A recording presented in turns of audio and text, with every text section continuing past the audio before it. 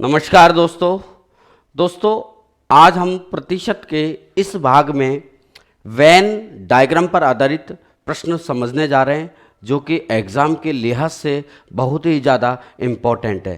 तो दोस्तों पहले इसका मैं कुछ कॉन्सेप्ट समझा देता हूँ कि ये है क्या।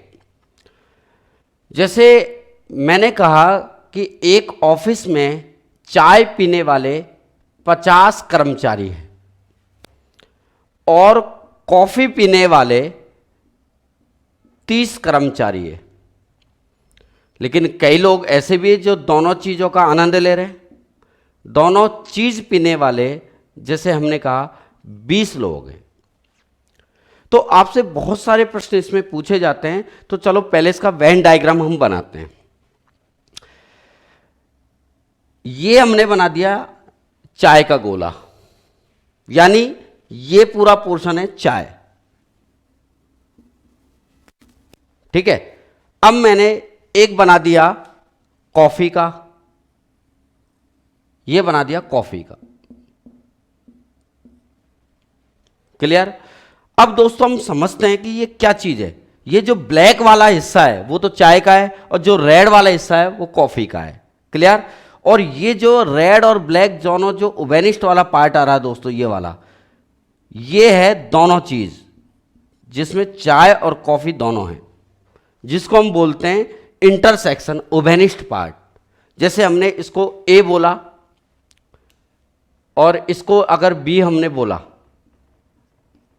ठीक है, तो ये तो ए वाला हिस्सा हो गया और ये बी वाला हिस्सा हो गया और ये हो गया दोस्तों ए इंटरसेक्शन बी, यानी दोनों का ओवेनिस्ट पार्ट, दोनों का कॉमन पार्ट। बात क्लियर। बहुत आसान तरीके से मैं आपको समझाऊंगा। ये चैप्टर कुछ भी नहीं है, इसमें बहुत इजी समझ में आएगा आपके, और ज़्यादा खिचड़ी नहीं करेंगे, नॉर्मल तरीके से आप आराम से कर जाओगे।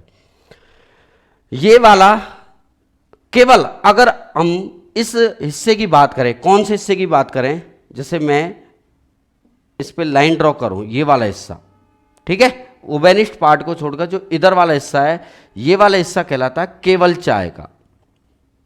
बात समझो मेरी। चाय में पूरे 50 लोग हैं। क्लियर। कॉफी में पूरे 30 लोग हैं और दोनों में कितने हैं दोस्तों? 20। तो अगर हम यहां लिखें कि ये तो हो गया 50 और ये है 30 और ये है अगर 20, ठीक है दोस्तों, तो केवल चाय में आएंगे 50 माइनस 20 यानी 30 लोग। केवल चाय पीने वाले, चाय पीने वाले तो 50 हैं। इन 50 में से दोनों में भी तो 20 हैं, तो इन 50 में से दोनों वाले जो हैं वो तो गायब हो जाएंगे। तो 50 में से 20 गए तो कितने हैं? 30।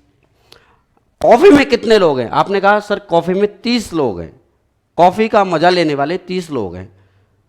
मैंने कहा केवल कॉफी बताओ आप, तो केवल कॉफी बताएंगे हम अगर इस 30 लोगों में से, कंप्लीट कॉफी वालों में से, अगर दोनों चीज वाले हट जाएं, दोनों चीज पीने वाले हट जाएं, तो ये आ जाएंगे केवल कॉफी पीने वाले। ठीक है, तो कॉफी वाले अलग होते हैं, केवल कॉफी वाले अलग पार्ट होते हैं। ये चीज हमने सीखी। ठीक है, आप इसकी कॉपी करो, फिर मैं आपको कुछ प्रश्नों में ये चीज और समझाऊंगा। जैसे दोस्तों एक उदाहरण और लेते हैं। ऐसा ही मैंने कहा कि एक इंस्टीट्यूट में मैथ पढ़ने वाले 70 विद्यार्थी हैं, ठीक है, और रीजनिंग पढ़ने वाले 50 विद्यार्थी हैं, और मैथ और रीजनिंग दोनों पढ़ने वाले 30 विद्यार्थी हैं। तो बताओ केवल मैथ पढ़ने वाले कितने हैं? तो आप क्या करेंगे, इन 70 में से इस 30 को घटा देंगे। कितने बचे? 40, यानी केवल मैथ वाले आ गए। केवल रीजनिंग वाले कितने हैं? आप क्या करोगे, इस 50 में से इस 30 को गायब कर दोगे, यानी 20 केवल रीजनिंग वाले आ गए। अगर इसमें आपसे कुल विद्यार्थी पूछे तो वेन डायग्राम से भी मैं इसको समझाता हूं दोस्तों। ये तो गया दोस्तों मैथ का, मैथ पढ़ने वाले 70, और ये वाला सर्कल जो मैंने बनाया है ये हो गया दोस्तों रीजनिंग का, कितने 50। और ये दोस्तों ये हो गया कॉमन पार्ट, कितने हो गए इस कॉमन पार्ट में, जैसे यहीं लिख दो 30 हो गए, 30। ये कहलाता है उबेनिस्ट पार्ट, इंटरसेक्शन पार्ट, किसका, मैथ का और रीजनिंग का। मैथ उल्टा यू करते हो ना, वो इंटरसेक्शन होता है। अब आपसे पूछा जाए इसमें कि केवल मैथ में कितने हैं, दोस्तों कंप्लीट मैथ में तो 70 विद्यार्थी हैं। इस 70 में 30 विद्यार्थी दोनों में बैठे हैं, तो 70 में से वो जो 30 है उनको हटा देंगे तो केवल मैथ में कितने आएंगे दोस्तों, केवल मैथ्स में आएंगे, इस 70 में से 30 गायब करेंगे तो कितने आएंगे, 40। ठीक है। अब आपसे पूछा जाए कि केवल रीजनिंग में कितने हैं, तो आप कहोगे कि सर रीजनिंग में 50 हैं वैसे तो, लेकिन दोनों भी तो हैं उसमें 30 विद्यार्थी, केवल और केवल रीजनिंग पढ़ने वाले, रीजनिंग है ना, केवल और केवल रीजनिंग पढ़ने वाले 50 - 30 यानी 20 विद्यार्थी ही होंगे। बात क्लियर। अब आपसे इसमें पूछा जाए कि कुल विद्यार्थी कितने हुए, यहां पे कुल विद्यार्थी कितने होंगे, तो आप क्या करेंगे, केवल मैथ वालों को जोड़ दो 40, दोनों वालों को जोड़ दो 30, ठीक है, जो ये इंटरसेक्शन पार्ट है, और केवल रीजनिंग वालों को जोड़ दो 20, कितने हो गए, 40 और 30 70 और 20 90 विद्यार्थी कुल हो गए। केवल मैथ में 40, केवल रीजनिंग में 20 और कुल विद्यार्थी कितने हो गए, 90। अब दोस्तों ये वाला जो 90 है ना, हम डायरेक्ट भी निकाल सकते हैं। कैसे निकाल सकते हैं आप समझो, हम क्या करते हैं, ये अलग अलग को जोड़कर दोनों वालों को घटा देते हैं, डायरेक्ट आंसर आ जाता है। यही करेंगे सभी सवालों में, सिस्टम एक जैसा होना चाहिए। 70 और 50 को जोड़कर, अलग अलग वालों को जोड़कर इस वाले को घटा दो, 70 50 120 - 30 दोस्तों कितना गया, 90। ये डायरेक्ट, क्यों, क्योंकि इसमें से भी 30 घटा रहे हैं, फिर इसमें से भी 30 घटा रहे हैं, और अल्टीमेटली लास्ट में इस 30 को भी ऐड कर रहे हैं, तो एक 30 तो कट ही गया, तो फाइनली एक 30 ही तो घट रहा है, ये इसलिए हो रहा है। तो हम एक फॉर्मूला भी बना सकते हैं आप चाहो तो, जैसे एक ए वाला पार्ट है गोला, और ये एक बी वाला गोला है, और ये जो है ये ए इंटरसेक्शन बी है। तो अगर हमें कुल मिलाकर ए और बी दोनों में निकालना है तो हम क्या करेंगे, ए यूनियन बी, यूनियन का मतलब होता है दोनों को मिलाकर। कई बार एग्जाम में ऐसा फॉर्मूला भी पूछा जाता है, इसलिए मैं लिखवा रहा हूं, ए और बी को जोड़कर दोनों वाले कॉमन पार्ट को हटा दो, मतलब ए इंटरसेक्शन, इंटरसेक्शन मतलब उल्टा यू, सीधा यू तो मिलाकर हो गया, ए और बी दोनों को मिलाकर, और ये हो गया कॉमन पार्ट। ये सेट थ्योरी कहलाती है, समुच्चय वाला। तो आपको ऐसे याद रखना है, ठीक है, ये वाला पोर्शन यहां से लेके यहां तक। अब इस पे आधारित मैं सवाल लेता हूं, अगर कुछ कमी रह गई हो तो सवालों में मैं पूर्ति कर दूंगा। आइए दोस्तों हम पहला सवाल लिखते हैं, चलो इसकी कॉपी करो पहले। हाँ जी साथियों, पहला सवाल है, किसी परीक्षा में 42% विद्यार्थी हिंदी में और 52% अंग्रेजी में फेल हुए। हिंदी में 42% फेल, इंग्लिश में 52% फेल।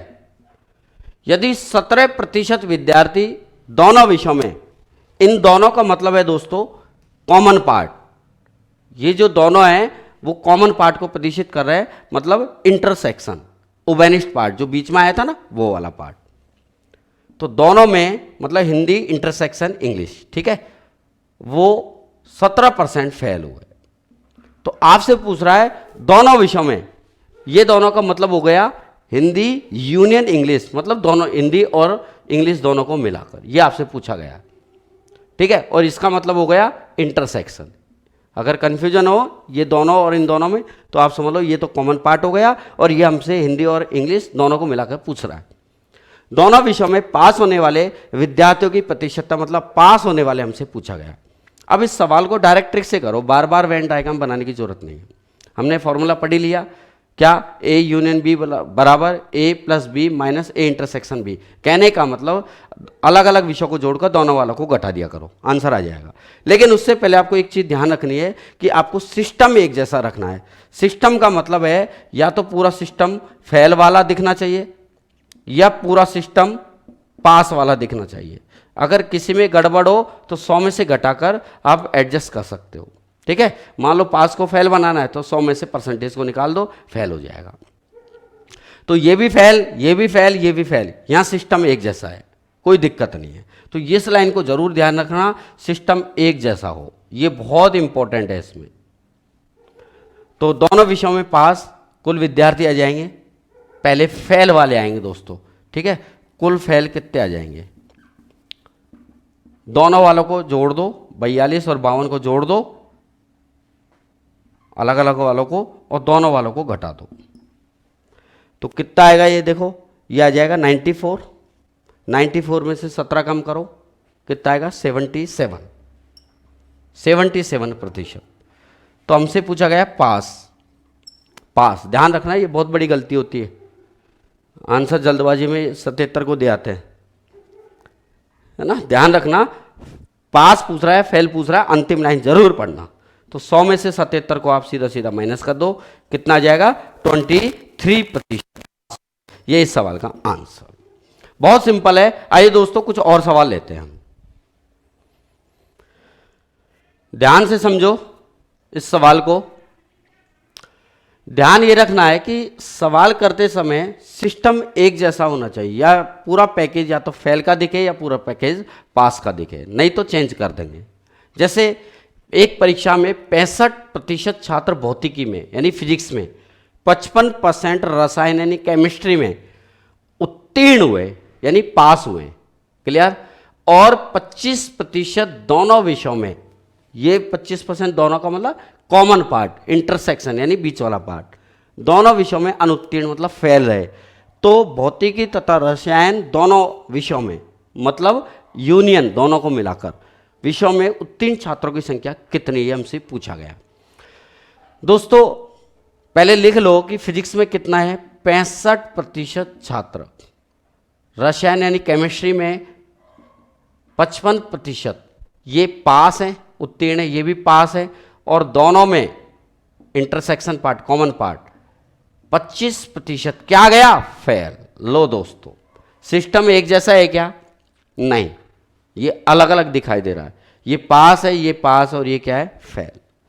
तो हमें एक जैसा करना है, तो इसको चेंज कर लेते हैं, किसी को भी चेंज कर सकते हो, या तो इन दोनों को कर लो या इसको कर लो। अब यहाँ डबल बार मेहनत करनी पड़ेगी, इसी को कर लेते हैं, इसको चेंज। जब 25% फेल यानी 25/100, 100 में से 25 फेल तो 100 में से 75 पास, यानी 75% क्या हो गया दोस्तों, पास हो गया। आ गया। अब ट्रिक्स क्या है, कुल दोनों विषयों में दोनों को मिलाकर, अब दोनों में क्या आएगा, पास आएगा फेल आएगा, पास पास पास, तो पास आएगा यूनियन वाला पार्ट। दोनों अलग अलग वालों को जोड़ दो, 65 और 55 को जोड़कर, अलग अलग वालों को जोड़कर दोनों वालों को घटा दो, -75। बोलो कितना आएगा, तो 65 माइनस 75 तो माइनस का 20, सॉरी माइनस का 10, और 55 माइनस 10 कितना हो गया, 45। या इन दोनों को जोड़ दो, 120 में से 75 गए तो 45, जैसे आपको लगे। तो 45% क्या आ गया, पास आ गया। अब पूछा क्या गया, एक बार अंतिम लाइन को पढ़ लो, दोनों विषयों में उत्तीर्ण, लो उत्तीर्ण ही पूछा गया, उत्तीर्ण ही आपका यानी पास ही आपका आंसर आया है, चेंज करने की जरूरत है ही नहीं, यही आपका आंसर। तो बहुत आसान तरीका है दोस्तों ये, आप इसको करो। कुछ और सवाल लेते हैं।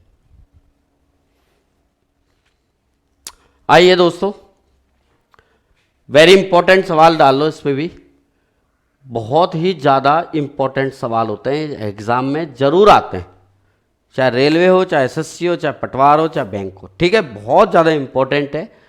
किसी परीक्षा में 70% विद्यार्थी अंग्रेजी में पास हुए, लिख दो अलग से, इंग्लिश में 70% पास, 80% गणित में पास हुए, गणित मतलब मैथ्स में 80% पास, ठीक है। 10% दोनों विषयों में फेल, यानी कॉमन पार्ट अगर देखें तो 10% फेल का है। यदि दोनों विषयों में 144 प्रत्याशी पास हुए हैं, यानी दोनों को मिलाकर अगर यूनियन इनका देखें, इंग्लिश यूनियन मैथ अगर आप देखो तो ये कह रहा है कि 144 प्रत्याशी पास हुए हैं, तो बताओ प्रत्याशियों की कुल संख्या कितनी है। दोस्तों सवाल का तरीका वही है हमारा। पहला काम है सिस्टम एक जैसा करो। तो आपको दिखाई दे रहा है कि 10% फेल है, तो इसको आप कन्वर्ट कर लो। इसको कन्वर्ट करेंगे तो बोलो क्या आएगा, 90% पास आएगा। 10% फेल तो 100 में से 10 गए तो 90% पास। अब निकाल लो दोनों को मिलाकर, कुल मिलाकर मैथ में कितने आ गए, मैथ और इंग्लिश में दोनों मिलाकर कितने आ गए, 70 + 80, यानी अलग अलग वालों को जोड़कर दोनों वालों को आप घटा दो। ये इसकी प्रक्रिया है बस। तो 70 80 160, 70 80 160 नहीं सॉरी 150 में से 90 गया तो 60% क्या हो गए, क्या हो गए, पास। ठीक है, आंकड़ा पास का दिख रहा है ना, सिस्टम पास का बना लिया इसलिए पास। यहां लिख देता हूं इसको, कुल पास 60%। अब दोस्तों हमें दे रखा है कि कुल पास कितने हुए दोनों में, 144, यानी ये जो 60% है वो 144 के बराबर है। हमसे पूछा है 100%, तो आप 6 से काट लो, 6 दाई 60, 6 दूनी 12, 6 चौका 24। जब 10% 24 तो 100%, एक जीरो और चिपका दो तो 100%, जब इधर जीरो चिपके तो इधर भी चिपका दो, 240 विद्यार्थी। कुल कितने विद्यार्थी हो गए, 240 विद्यार्थी हो गए। दोस्तों ये हमने इसको समझा, तो ये बहुत ही ज़्यादा इंपॉर्टेंट सवाल हैं दोस्तों, बहुत अच्छी हम प्रैक्टिस करेंगे। कुछ एक दो सवाल और लेते हैं इस पर।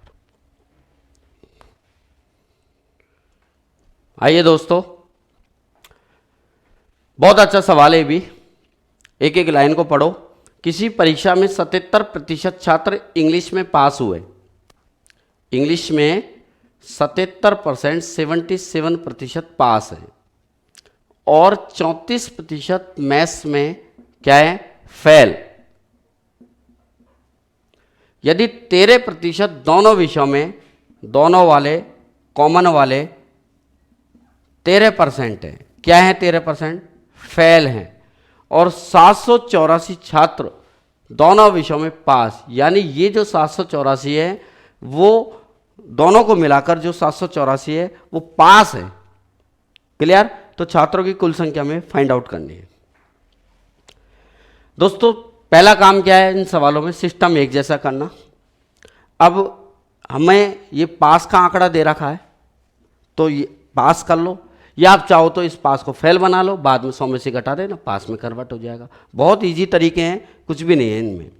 जैसे मान लो इसको ही चेंज करें, जब 34% फेल होता है तो हम कह सकते हैं 66%, 100 में से घटा दो, पास हो जाएंगे। ठीक है, 34% फेल तो 100 में से घटाओगे 34 तो 66% पास। ऐसे ही 13% फेल तो 100 में से 13 घटा दो, कितना आ जाएगा, 87%, क्या हो गया, पास हो जाएगा। तो ये भी पास, ये भी पास, ये भी पास, सिस्टम एक जैसा हो गया। जैसे ही सिस्टम एक जैसा हुआ, आप अलग अलग वालों को जोड़कर दोनों वालों को घटा दिया करो, तो ये आ जाएगा कुल दोनों विषयों में, कुल दोनों विषयों में क्या, पास। कुल दोनों में, ये दोनों का मतलब होता है यूनियन, मिलाकर ए यूनियन बी, कुल दोनों में पास। अलग अलग यानी 77 को और 66 को, अलग अलग वालों को जोड़कर दोनों वालों को घटा दो। ठीक है, इंग्लिश मैथ को जोड़कर 87 को माइनस कर दो, तो कितना जाएगा, देखो 77 - 87 तो -10, और 66 में से 10 घटाओगे कितना आएगा, 56 आ जाएगा। जानते हो ना, या इन दोनों को जोड़कर ये घटा दो 56 आ जाएगा प्रतिशत। कुल दोनों में पास 56%। हमें कह रहा है कि कुल दोनों में पास 784। इसका मतलब ये जो 56% है वो 784 के बराबर है कि नहीं बताओ? है। काट लो, 7 से 7 8 56, 7 एकम 7 एकम 7 दूनी 14, 8 से काटोगे एक बार, 8 एकम 8 चौका 32, यानी 1% 14 आ गया। हमें निकालना 100%, 2 जीरो इधर चिपका दो, तो 2 जीरो इधर चिपका दो, 1400। तो कुल छात्र कितने आ गए दोस्तों? 1400। यही आपका आंसर। तो बहुत आनंद आया होगा, और एकदम सिंपल तरीके से, ऐसे नहीं कि खिचड़ी पका दी जाने क्या क्या बता दिया, कुछ भी नहीं है, नॉर्मल अलग अलग वालों को जोड़कर दोनों वालों को घटा दो, सिस्टम एक जैसा करो, पहले आंसर आता ही चल जाएगा, कुछ भी नहीं है। ठीक है, चलो एक छोटा सवाल और लेते हैं मित्रों। ये सवाल भी बहुत महत्वपूर्ण हमारे लिए। सवाल कहना चाह रहा है कि किसी कक्षा के 72% विद्यार्थियों ने जीव विज्ञान, ठीक है, जूलॉजी, तथा 44% ने मैथमेटिक्स लिया।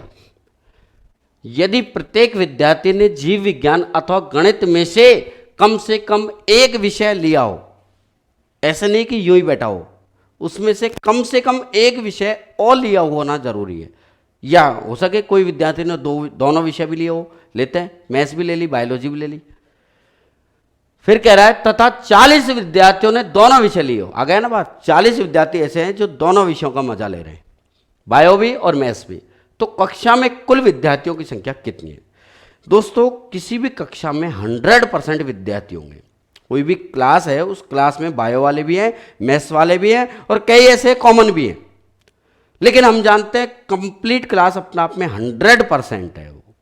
तो अगर हम 72% को और 44% को ऐड करें तो हम देख पा रहे हैं कि ये आ रहा है 116%। अब दोस्तों ध्यान दो, कोई भी पार्ट अपना आप में 100% है, लेकिन यहां आ रहा है 116%।